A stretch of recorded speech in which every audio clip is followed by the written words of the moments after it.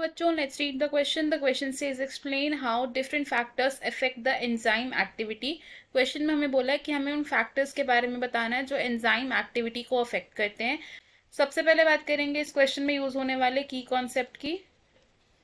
तो in this question हमारा की कॉन्सेप्ट है factors affecting enzyme activity. Enzyme activity.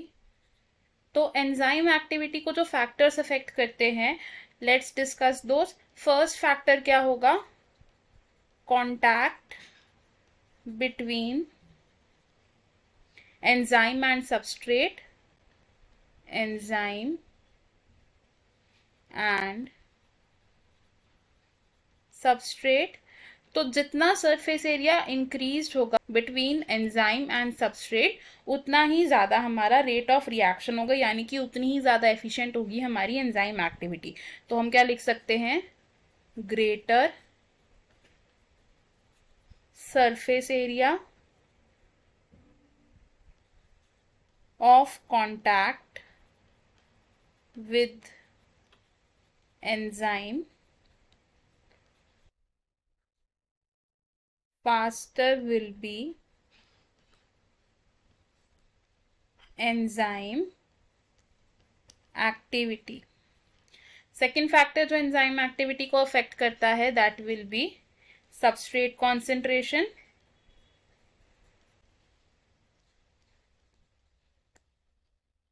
Substrate concentration. तो जितना ज़्यादा सबस्ट्रेट कॉन्सेंट्रेशन होता है, हमारी एंजाइम एक्टिविटी उतनी ही इंक्रीज होती है up to a certain point. तो हम क्या लिख सकते हैं? As substrate concentration increases, the enzyme activity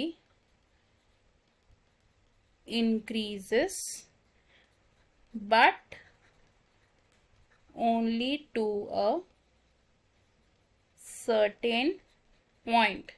और इस सर्टेन पॉइंट के बियॉन्ड अगर हम सबस्ट्रेट की कॉन्सेंट्रेशन को इंक्रीज भी करेंगे, तब भी हमारे एंजाइम की एक्टिविटी इंक्रीज नहीं होगी.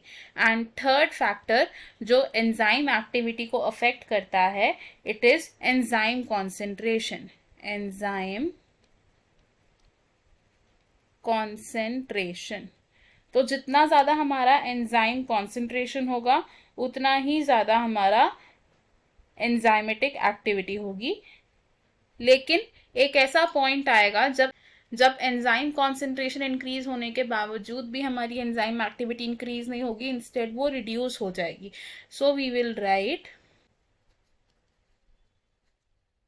Enzyme activity increases with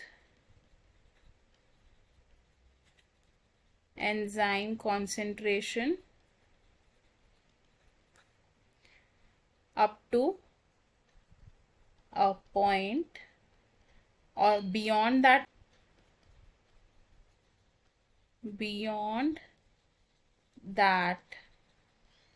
point, further increase in enzyme concentration will reduce the activity of enzyme. और ऐसा क्यों होगा? क्योंकि जो हमारा सबस्ट्रेट है उसकी डिप्लीशन हो चुकी है. नेक्स्ट फैक्टर जो एंजाइम एक्टिविटी को अफेक्ट करता है, दैट इज टेम्परेचर. तो हर एंजाइम एक ऑप्टिमम टेम्परेचर रेंज तक काम कर सकता है, और इस टेम्परेचर रेंज के बियॉन्ड जाने पर एंजाइम्स की डीनेचुरेशन हो सकती है. तो हम क्या लिख सकते हैं? At high temperatures, enzymes denature. And fifth factor जो एंजाइम एक्टिविटी को अफेक्ट करता है, दैट इज पीएच. तो कुछ एंजाइम्स ऐसे होते हैं जो अल्कलाइन पीएच में अच्छे से काम करते हैं, कुछ ऐसे होते हैं जो एसिडिक पीएच में काम करते हैं।